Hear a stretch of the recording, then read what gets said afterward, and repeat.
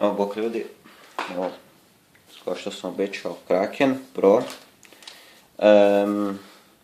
Ne znam, na prvi pogled ne moram ni reći da izgledaju predivno i također kutija je isto predivna, napis je u Kraken.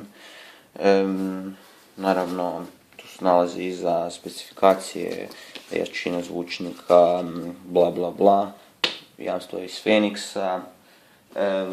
Evo, ovdje se nalazi snimki papir i piše, a ništa posebno, sve to znamo svi od prije. Da počnemo s unboxom. Ovo ovako izgleda, znači ovo se kiva, kutija. Kutija je predivna, stvarno, probat ću je pažljivo otvoriti da ne potrgam. Kutija evo može poslužiti vizualno kao neki ukras. Skalpela.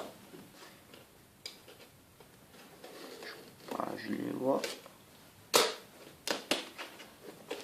To je to. Ovo se trebalo biti to je to. Da, tako je nekada i moja Razer Elektra bila pakirana na isti način. Old school Razerov način. Puno trake.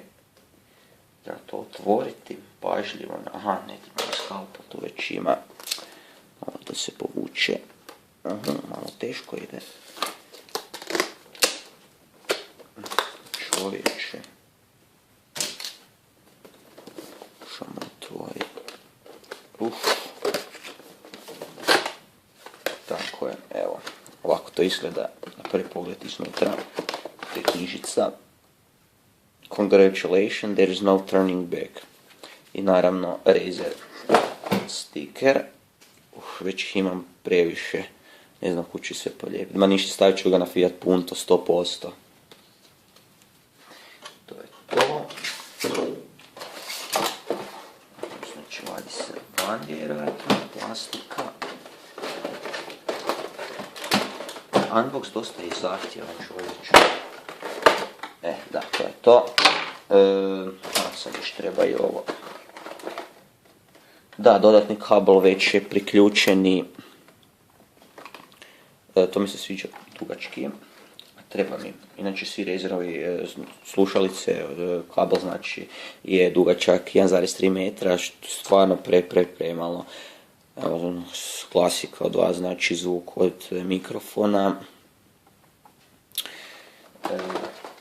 Sada da probamo, to je jednostavno, to mi se sviđa, ili ne ide.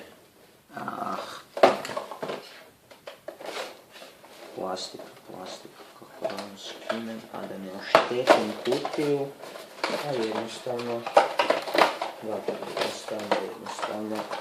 logika. Evo, to je to.